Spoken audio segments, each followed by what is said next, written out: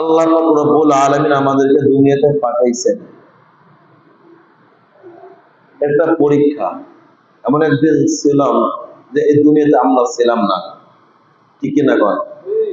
আবার এমন একদিন আসবে যে এই দুনিয়াতে আমি থাকবো না। দুনিয়া দুনিয়া থাকবে, দুনিয়া অন্য লোক আসবে, কিন্তু আমি দুনিয়াতে থাকবো না। একদিন ছিলাম না, আবার একদিন থাকবো না। ছিলাম না, তা কোথা থেকে আসলাম, এখন আসি কোথায়, আবার যাব কোথায়, জানার দরকার আছে না নেই।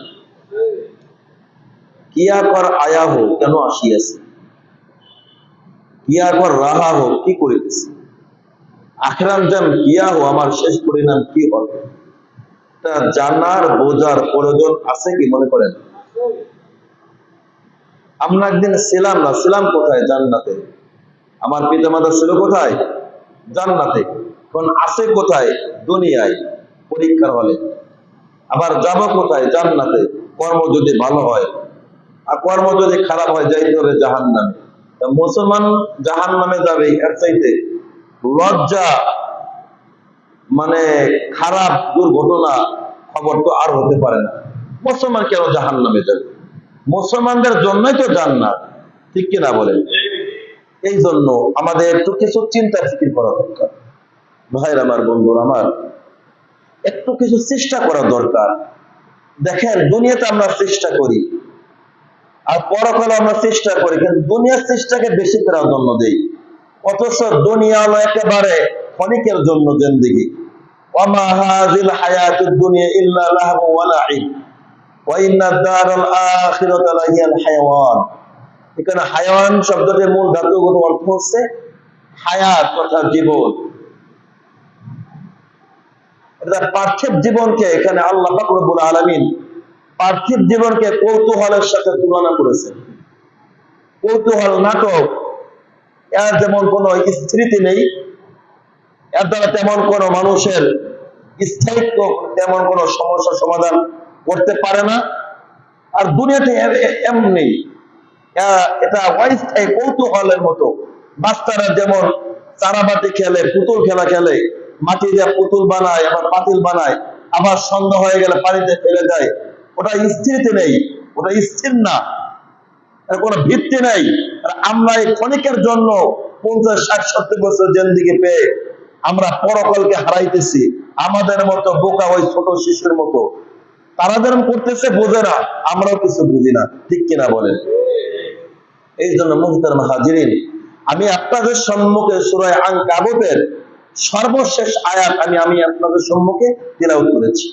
এই আয়াতে রব্বে কারীম আল্লাহ তাআলা বলেন, ওয়াল্লাযিনা জাহাদু ফিনা লানাহদিয়ান্নাহুম সুবুলানা। এই আয়াতে আসল অর্থ হচ্ছে, যারা দ্বীনের পথে চলতে গেলে বিভিন্ন বাধা বিপত্তির সম্মুখীন হতে হয়, এই জন্য বান্দার পরে পূর্ণ শক্তি ব্যয় করবে দ্বীনের জন্য, যেন কোন কাফের, বেঈমান, মুরতাদ, নাস্তিক, শয়তান, জিন শয়তান, মানুষ শয়তান, কোন শয়তান যেন আমাকে গ্রাস করতে না পারে, আমার পথে যেন বাধা সৃষ্টি করতে না পারে। আমি যেন আমার এই মাকসাদ মালিককে সন্তুষ্ট করতে পারি, আমি যেন আমার মানব মালিককে পাইতে পারি, আমার কবর যেন সুন্দর হয়, আমার জান্নাত যেন সহজ হয়, জাহান্নাম থেকে যেন বাঁচতে পারি, আমার রাসূলকে যেন চিনতে পারি, আমার আল্লাহকে যেন চিনতে পারি। এই জন্য সর্বোচ্চ চেষ্টা করতে হবে, ঠিক কিনা কোন? কিন্তু এই চেষ্টা করতে গেলে কিছু নিয়ম নীতি জানার, মানার প্রয়োজন আছে কিনা বলেন? আমরা দুনিয়াতে একটা অনুষ্ঠানে বাদশার কথা শুনি, বিভিন্ন রাজনীতিবিদদের কথা শুনি, দুনিয়ার মানুষের ব্যবসায়িক কথা শুনি। এটা নিয়ম নীতি যদি ভঙ্গ করা হয়, তাহলে ওই কাজটা নষ্ট হয়, কিন্তু গুনাহ হয় না, ঠিক কিনা বলেন? ওই কাজটা নষ্ট হবে, কিন্তু গুনাহ হবে না। কিন্তু পরকালের ব্যাপারে, ধর্মের ব্যাপারে ওই নিয়ম নীতি যদি ফলো না করা হয়, খেয়াল করা না হয়, বেয়াদবি করা হয়, তাহলে কাজটাও নষ্ট হবে, আমলটা নষ্ট হবে। শুধু নষ্ট হলে এটা ক্ষান্ত নয়, বরং গুনাহ হবে। শুধু গুনাহ হলে ক্ষান্ত নয়, এই গুনাহের কারণে আমাকে জাহান্নামে যাওয়া লাগতে পারে। ঠিক কিনা বলেন? এই জন্য দুনিয়ার কাজের চাইতে পরকালের কাজকে প্রাধান্য বেশি দেওয়া। ঠিক কিনা বলেন? এই জন্য দুইটা নিয়ম ফলো করতে হবে। কয়টা নিয়ম? দুইটা নিয়ম।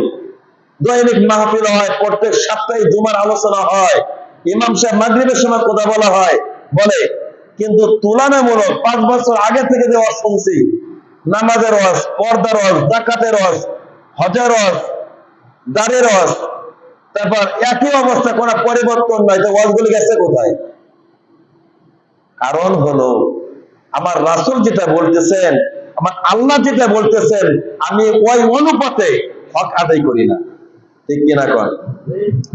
এই জন্য আল্লাহ সুবহানাহু ওয়া তাআলা কথা তুমি মনোযোগ দিয়ে শোনো, কিন্তু ওটার কোনো সওয়াব হবে না। আর আমার কথা যখন বলবে, আমার কালাম যখন তেলাওয়াত করা হবে, ধর্মীয় কোরআন হাদিসের কথা যখন বলা হবে, তখন তোমরা দুইটা নিয়ম নীতি ফলো করবা। কয়টা নিয়ম? দুইটা নিয়ম। আল্লাহ সুবহানাহু ওয়া তাআলা বলেন, ওয়াইদা কুরিয়াল কুরআনু ফাসতামিউ লাহু ওয়া আনসিতু লাআল্লাকুম তুরহামুন। আল্লাহ পাক রব্বুল আলামিন বলেন, গোলাম, যখন তোমাদের সামনে কোরআন তেলাওয়াত করা হয়, কোরআন হাদিসের আলোচনা করা হবে অথবা কোরআন তেলাওয়াত করা হবে, তখন তোমরা মনোযোগ দিয়ে আমলের নিয়তে শ্রবণ করবা। মনোযোগ দিয়ে তোমরা শ্রবণ করবা এবং বান্দা তোমরা চুপ থাকবা। আমি আল্লাহর জন্য তোমরা চুপ থাকবা, কারণ আমি আল্লাহর কালাম এত সুন্দর, আমি আল্লাহর কালামের চাইতে অন্য কোনো কথা এত সুন্দর হতে পারে না। আমার কথা এত সুন্দর, এত ছন্দ আকারে। আমি আল্লাহ সত্য, আমার কথাও সত্য, আমার কথার বিরুদ্ধে কোনো সন্দেহ নাই, কোনো ভুল নাই। যালিকাল কিতাব লা রাইবা ফীহ, আমার কালামের মধ্যে কোনো সন্দেহ নাই, কোনো ভুল নাই। আমার কালামের চাইতে এত সুন্দর কোন কালাম হতে পারে না। কত সুন্দর কবিতা! আলহামদুলিল্লাহি রাব্বিল আলামিন আর রহমানির রহিম মালিকি ইয়াউমিদ্দিন ইয়্যাকা না'বুদু ওয়া ইয়্যাকা নাস্তাঈন ইহদিনাস সিরাতাল মুস্তাকিম সিরাতাল লাযীনা আন'আমতা আলাইহিম গায়রিল মাগদুবি আলাইহিম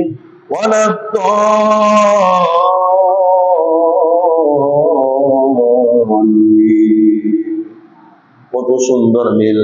অন্য সূরায় কত সুন্দর ছন্দ আকার বলতেছেন, والشمس وضحاها والقمر إذا تلاها والنهار إذا جلاها والليل إذا يغشاها والسماء وما بناها। কত সুন্দর মিল! ঠিক কিনা কন? এত সুন্দর! আল্লাহ বলতেছেন, গোলাম, আমার কালামে থেকে শত সুন্দর কথা আর নাই। এই জন্য আমার কোরআনে যখন আলোচনা করা হবে, আমার কোরআন যখন তেলাওয়াত করা হবে, তখন তোমরা মনোযোগ দিয়ে এটা শ্রবণ করবা আমলের নিয়তে। 2 নম্বর হলো তোমরা চুপ থাকবা। এই দুইটা গুণ যদি তোমরা অর্জন করতে পারো, আমি কথা দিলাম, আমি আল্লাহ তাআলা তোমাদেরকে এমন একটা নিয়ামত দান করব, ওই নিয়ামত দান করার কারণে বান্দা অন্যের জমিন ঠেকলা, অন্যের জমিন ঠেলা বন্ধ করতে পারবা, মানে ভেজাল দিতে পারবা না, জান্নাতে যাওয়া সহজ হয়ে যাবে। মানুষকে খুন করতে পারবা না, মানুষকে ঠকাইতে পারবা না, তুমি জিনা করতে পারবা না। ওরে বান্দা, আমি তোমাকে আমার একটা নিয়ামত দান করব, এই দুইটা নিয়ম যদি পালন করতে পারো, আমি আল্লাহ এমন একটা নিয়ামত দান করব, তুমি গুনাহ থেকে বাঁচতে পারবা, জাহান্নাম থেকে বাঁচতে পারবা। ওই নিয়ামতটা হলো লাআল্লাকুম তুরহামুন। আল্লাহ বলেন, আশা করা যায় আমি আল্লাহ তাআলা তোমার প্রতি রহম করব, আমি আল্লাহ তাআলা তোমার প্রতি দয়া করব। আমি আল্লাহ তাআলা তোমার প্রতি রহম করব। আর বান্দা যদি তুমি আমার রহমত প্রাপ্ত বান্দা যদি না হও, তুমি মন্ত্রী যদি হও, ইমাম সাহেব যদি হও, তুমি মুফতি সাহেব যদি হও, তুমি খতিব সাহেব যদি হও, তুমি মুহাদ্দিস সাহেব যদি হও, তুমি বক্তা যদি হও, তোমার জন্য জাহান্নাম। এই জন্য বান্দা তোমার রহমত প্রাপ্ত বান্দা হতে হবে। রহমত প্রাপ্ত বান্দা যদি হও, পরে নবীর উম্মতের দল, আল্লাহর গোলাম, তুমি যদি রহমত প্রাপ্ত বান্দা যদি হয়ে যাও, তুমি রিকশাও যদি চালাও, তুমি নাপিত যদি হও, তুমি যদি মুসিও যদি হও, তোমাকে সবার আগে আমি আল্লাহ তাআলা জান্নাত দান করব। এই জন্য রহমত প্রাপ্ত বান্দা হতে হবে, ঠিক কিনা কোন? রহমত প্রাপ্ত বান্দা যদি আমি না হই, আমি আলেম ইমাম সাহেব হওয়ার পর আমার জন্য জাহান্নাম। তাহলে কি বুঝলেন? জান্নাতে যাওয়ার জন্য মুফতি হওয়ার শর্ত, আলেম হওয়ার শর্ত, কারি হওয়ার শর্ত? কোন শর্ত না, শর্ত একমাত্র রহমত প্রাপ্ত বান্দা হওয়া দরকার, ঠিক কিনা কোন? রহমত প্রাপ্ত বান্দা যদি হই, তারপর যদি মুচিও যদি হয়, নাপিত যদি হয়, রিক্সাওয়ালাও যদি হয়, ভ্যান গাড়ির ড্রাইভারও যদি হয়, আমার জন্য অপেক্ষা করতেছে বিশাল বড় জান্নাত।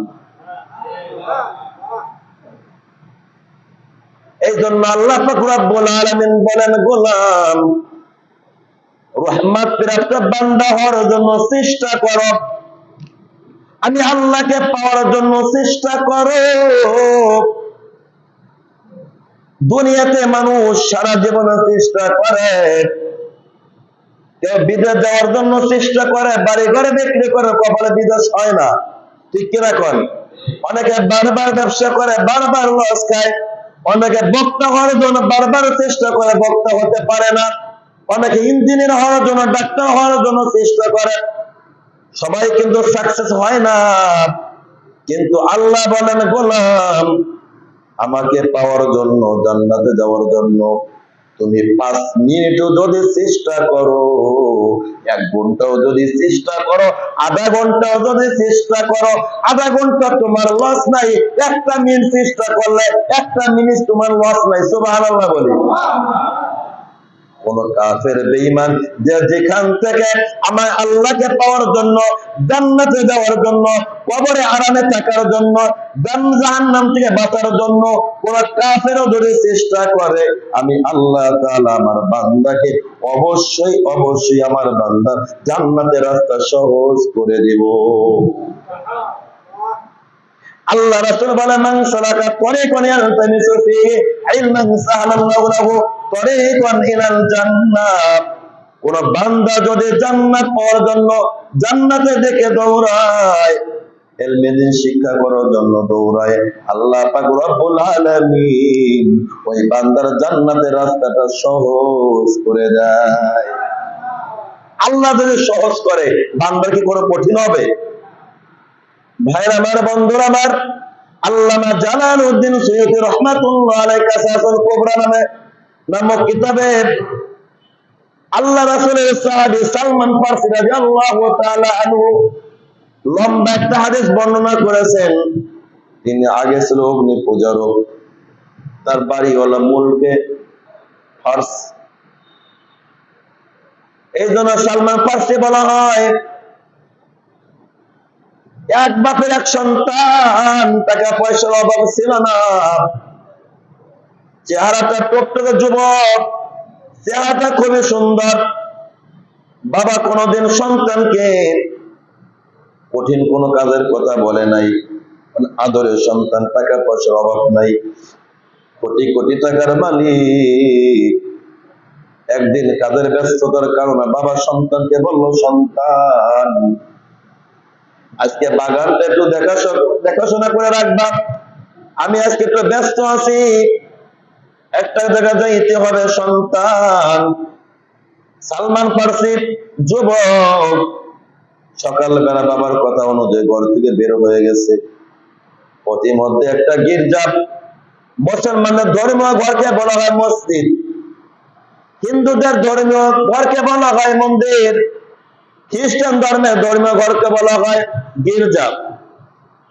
খ্রিস্টান ধর্মের গির্জায় ছোট মানুষ যুবক গির্জা যখন প্রবেশ করেছে একটু ভালো লাগতেছে, সন্ধ্যা পর্যন্ত ওই গির্জার মধ্যে পার করেছে। আর ওই সময় খ্রিস্টান ধর্ম সত্য ছিল, কারণ এখন আমার আপনার নবী বিশ্ব নবী রাহমাতাল লিল আলামিন এখনো পর্যন্ত পৃথিবীর বুকে আসে নাই। ওই সময় খ্রিস্টান ধর্ম সত্য ছিল। কিন্তু ওই পাদ্রীকে জিজ্ঞাসা করলো, আমার পিতা মাতা আমাকে আগুনের পূজা করায়, আগুন আমি ধরাই, বাতাস করলে আগুন জ্বলে, বাতাস না করলে আগুন নিভে যায়, এটা তো আমাদের উপাস্য হতে পারে না, আমাদের প্রভু হতে পারে না। আমাকে অবশ্যই একজন বানানো আল্লাহ আছে না নাই? ওই আল্লাহর পরিচয় পাইতে চাই। কিভাবে আল্লাহর পরিচয় পাবো? বললো, সালমান তুমি চিন্তা করো না, তোমাকে অবশ্যই একটা সন্তান আমি দিব। তুমি যেহেতু চেষ্টা করতেছো, কোন বান্দা যদি চেষ্টা করে অবশ্যই আল্লাহ তার চেষ্টার ফলাফল অবশ্যই ঘটান। তুমি চিন্তা করো না। সন্ধ্যার পরে যখন বাড়িতে চলে যায় সালমান ফারসি, বাবা জিজ্ঞাসা করলো, সন্তান তুমি কি বাগান দেখাশোনা করেছিলে? বললো, বাবা না। বললো, কি করেছে বলো? বলো, আব্বা আমি খ্রিস্টান ধর্মের গির্জায় প্রবেশ করলাম, দেখলাম তাদের ধর্ম কতই না ভালো, আমার কাছে ভালো লেগেছে। পাষাণ হৃদয় বাবার সাথে সাথে মাথা গরম হয়ে গেছে। বল, ও বিবি দেখো তোমার সন্তান কি বলে, তার পায়ে শিকল লাগাও, বেড়ি লাগাও, বাইরে আর বের হওয়ার কোন সুযোগ নাই। ওই দেখো এই পাদ্রী বলল সালমান তুমি কোনো চিন্তা করো না, তুমি সামদেশে চলে যাও। সামদেশে আমার একজন পাদ্রী আছে, আমাদের বড় গুরু, সে বড় আলেম, খ্রিস্টান ধর্মের বড় আলেম, তার কাছে গেলে অবশ্যই অবশ্যই তোমার মালিকের পরিচয় তুমি পেয়ে যাবে। আমি কিভাবে যাবো? বললো, কোন বনে কোন ব্যবসায়ী লোক যদি সামদেশ থেকে এখানে আসে তাহলে আমাকে খবর দেবেন। কিন্তু বাবা তো আমার পায়ে বেড়ি লাগাইছে, শিকল লাগাইছে, সন্ধ্যা হয়ে যায়। পরের দিন সন্ধ্যার সময় কে যেন খবর দেয়, একদম যুবক খ্রিস্টান, বলল, সালমান সামদেশ থেকে একটা কাফেলা এসেছে, একটা বড়িক ব্যবসায়ী এসেছে। সালমান ফারসি পাগল পাড়া, আমার মালিকের আমাকে পাওয়ার দরকার, আমার মালিককে চেনা দরকার, যে আমাকে সৃষ্টি করেছে ওই মালিকের খোঁজ খবর নেওয়া দরকার, জাহান্নাম থেকে বাঁচা দরকার। আমার বাবা আমাকে গোল পথে চলাইতেছে। তখন বলল, চিন্তা করলো কি করব। এখন তিনি চিন্তা করলেন, আল্লাহ তুমি তো অবশ্যই আমাকে বানাইছো, কিন্তু তোমাকে পাইতে চাই, তোমার পরিচয় পাইতে চাই, তোমাকে চিনতে চাই। আমার বাবা আমার পায়ে বেড়ি লাগাইছে, শিকল লাগাইছে। ও আল্লাহ তুমি যদি সত্য হও, তোমার ইনজিল কিতাব যদি সত্য হয়, তুমি আমাকে সহজ করে দাও, এই লোহার শিকল তুমি খুলে দাও। এই নিয়ত করে যখন সামনে পাও ফেলাইছে, মনের মতো লোহার শিকলটা গলে গেছে। সুবহানাল্লাহ। এখন বলেন তো, ভক্তি শ্রদ্ধা মহাব্বত আল্লাহর প্রতি আস্থা মহাব্বত বাড়ছে না কমছে? বেড়ে গেছে। ওইখান থেকে চলে গেছে আম্বরিয়া সহ সামদেশে যাওয়ার পরে একজন পাদ্রী প্রায় মৃত্যুর আগ পর্যন্ত বিরুদ্ধ হয়ে গেছে, বেশি চলাফেরা করতে পারে না, দীর্ঘদিন ওখানে খেদমত করেছে, ওইখানে ইবাদত করতেছে। বললো, আপনার মরার পরে আমি কার কাছে যাব?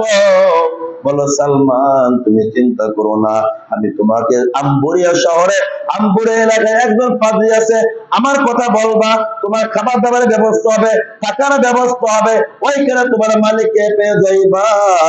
এই সামদেশে যে পাদ্রী মারা যায়, মারা যাওয়ার পরে একজন লোক এসে বলল, এই লোককে দাফন করা যাবে না, কবরে রাখা যাবে না। বললো, কেন? বলে, এরা দুনিয়াদার ভণ্ড আলেম, এই ব্যক্তি জনগণের টাকা হাদিয়া নিয়া লক্ষ লক্ষ কোটি কোটি টাকার সম্পদ, 7টা স্বর্ণ মুদ্রা পাহাড়ের নিচে গুপ্ত গোপনে রেখে এসেছে, প্রমাণ হয়ে গেছে। পাহাড়ে গিয়া ওই ব্যক্তিকে পাথর নিক্ষেপ করে জখম করে শেষ করে দিয়েছে, কিন্তু কবরে রাখে নাই। এমন দুই একজন ভণ্ড প্রতারক আলেম আমাদের সমাজে আছে না নাই? আলেম নামে ভণ্ড, জনগণের টাকা মেরে খায়, উপরে মিষ্টি মিষ্টি কথা বলে, মানুষদেরকে গোমরাহ করে, আছে না নাই? এরা দুনিয়াদার ভণ্ড, সব ধর্মের মধ্যে আছে, এরাই কিন্তু ভেজাল করে। কিন্তু আম্বরিয়া শহরে যখন চলে যায়, আম্বরিয়া শহরে যখন যাওয়ার পর ওই পাদ্রীর কাছে বললো, এখন আমার কি উপায় হবে? বললো, ও সালমান। এখন ওই পাদ্রী চোখের পানি ছেড়ে দিয়ে কান্দে আর বলে, তুমি কোনো চিন্তা করো না, আমার সময় বেশি একটা নাই, কিন্তু তোমাকে এমন একজন নবীর সন্ধান দেব, আমাদের ইনজিল কিতাবে যেটা পেয়েছি, আখির নবী পয়গম্বর এর আসার আগমনের সময় হয়ে গেছে, সময় আর বেশি নাই। তিনার জন্ম হবে কালা পাহাড় ওই মক্কায়, মক্কায় থাকতে পারবে না, হিজরত করে চলে যাবে সোনার মদিনায়, যেখানে খেজুরের বাগানের এলাকা, ওইখানে সোনার মানুষ তাকে আশ্রয় দিবে, ওইখানে তুমি চলে যাইবা। অবশ্যই অবশ্যই অন্য কারো কাছে যাইতে হবে না, হবে না। ওইখানে তার হাতে কালেমা পড়ে তুমি মুসলমান হয়ে যাইবা, আর তোমার মালিকের পরিচয় পাইবা। তারা আমি চিহ্ন কিভাবে বললো? তিনটে আলামতের কথা বললো। কয়টা আলামত? কথা বলেন।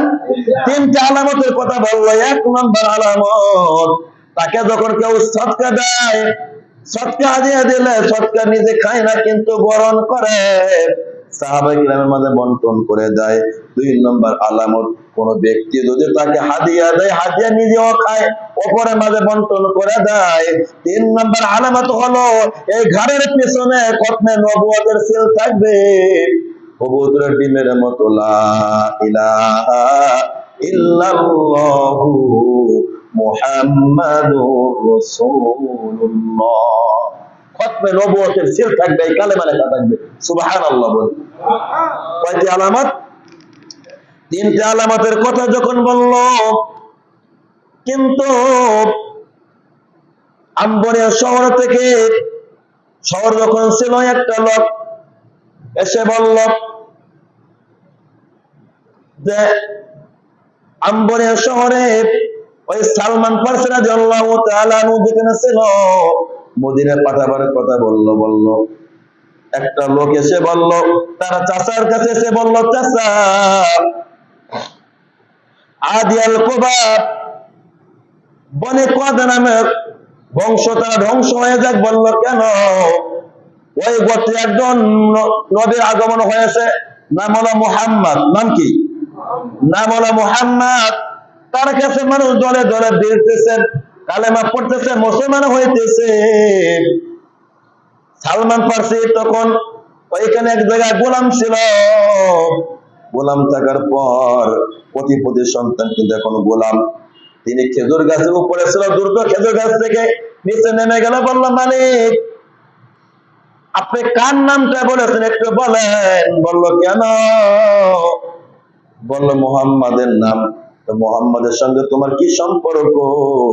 বলল, আমি বাড়িঘর হারাইলাম, টাকা পয়সা হারাইলাম, পিতা মাতাকে হারাইলাম, একমাত্র আল্লাহকে পাওয়ার জন্য, ওই নবীকে পাওয়ার জন্য, ওই নবীর সন্ধান পাইতে চাই।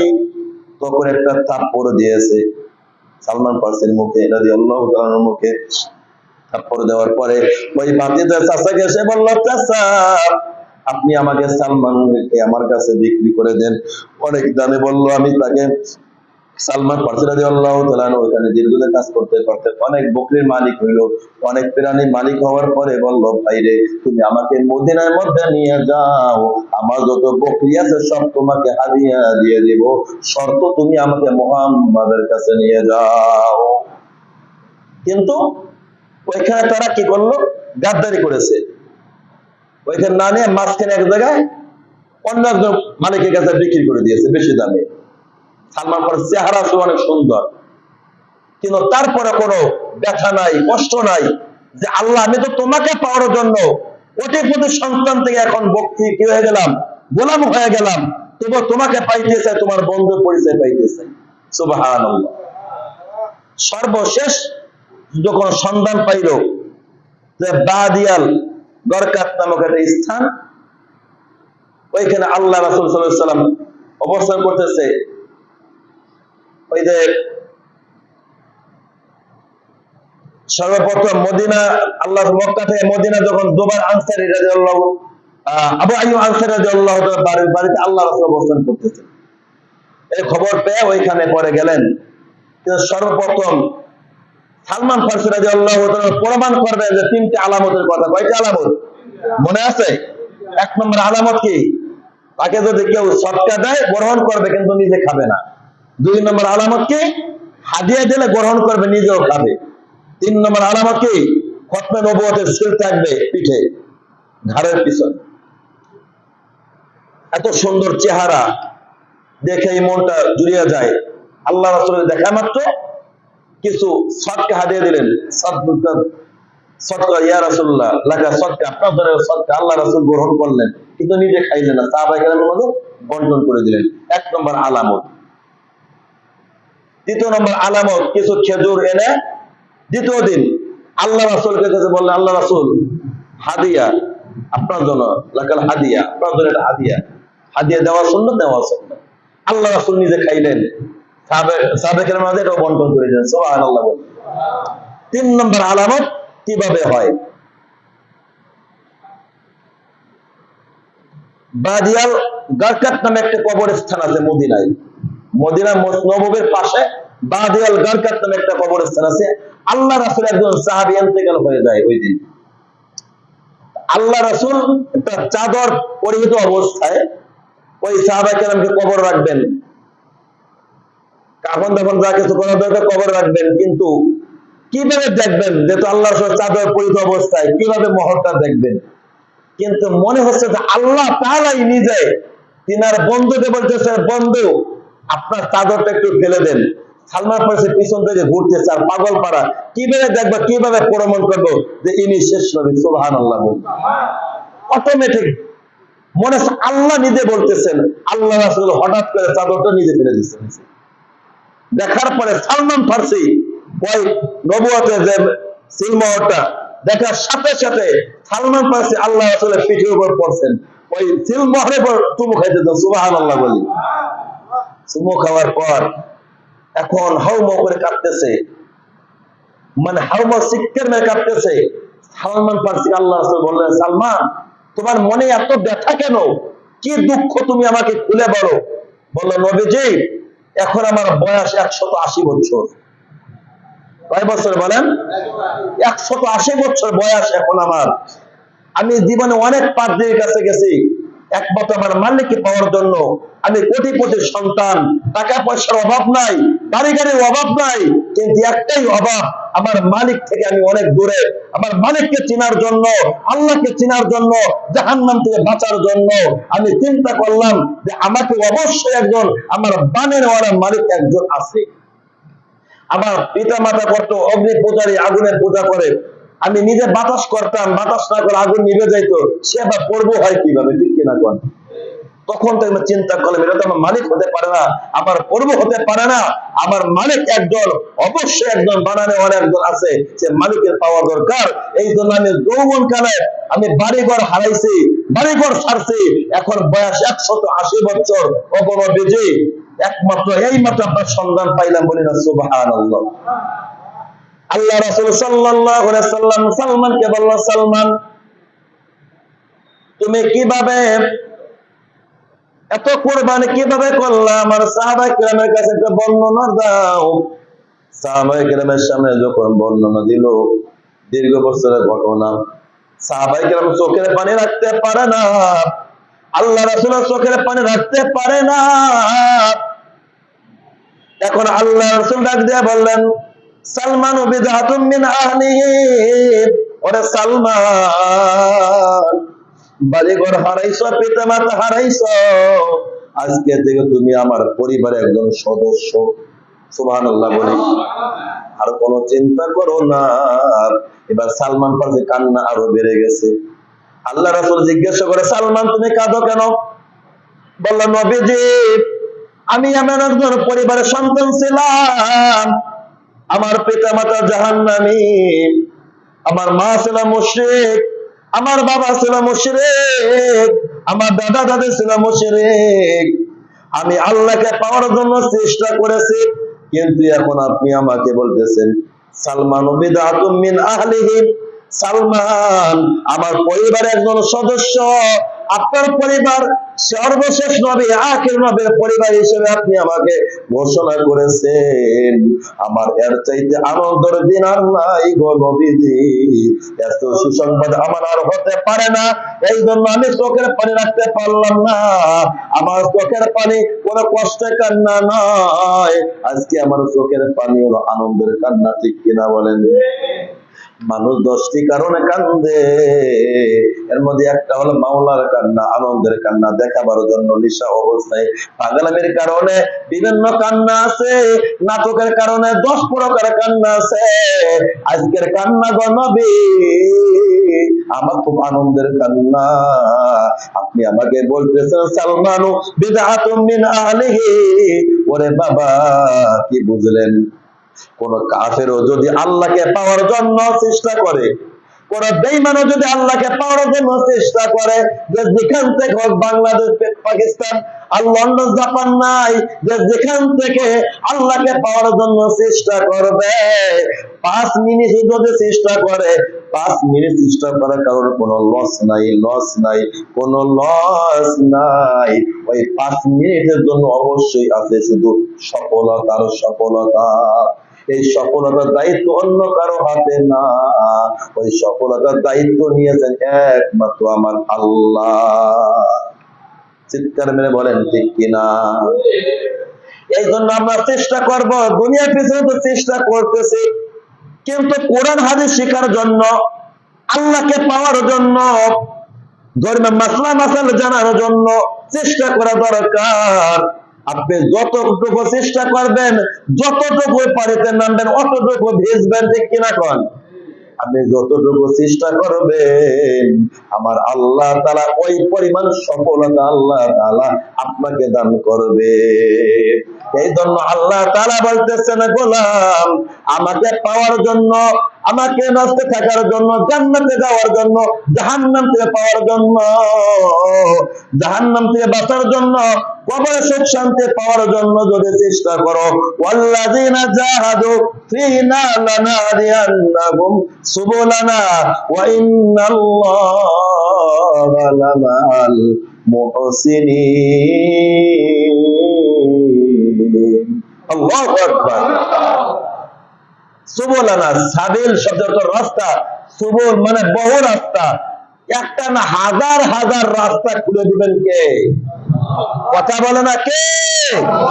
আল্লাহ। এই জন্য চেষ্টা করা দরকার আছে নি? পরকালের জন্য আমরা চেষ্টা করব, গুনাহ থেকে বাঁচার জন্য চেষ্টা করব। আমি চেষ্টাই করব না, আল্লাহ আমাকে সফলতা দান করবে, পাগলের কথা, সহজ কথা নয় যে আমি চেষ্টা করব না আল্লাহ আমাকে জান্নাত দেবে, আমি গুনাহ থেকে বাঁচার জন্য চেষ্টা করব না, আমি উল্টা পাল্টা করব, আল্লাহ আমাকে ফ্রি জান্নাত দিয়ে দেবে। এত চালাকি তো ভালো না রে দোস্ত, ঠিক কিনা কর? এই জন্য চেষ্টা করা দরকার আছে রে। আল্লাহ তাআলা আমাদের সবাইকে গুনাহমুক্ত জিন্দেগি গড়ার তৌফিক দান করুক, বলেন আমিন। এবং আল্লাহ রাস্তায় সর্বোচ্চ চেষ্টা, আল্লাযিনা জাহাদু ফিনা লানাহদিয়ান্নাহুম সুবুলানা ওয়া ইন্নাল্লাহা লামাআল মুহসিনিন। এই আয়াত অনুযায়ী পরিপূর্ণ আল্লাহ তাআলা আমাদেরকে আমল করার তৌফিক দান করুক। সবাই দিল থেকে মুহাব্বতের সাথে বলেন আমিন।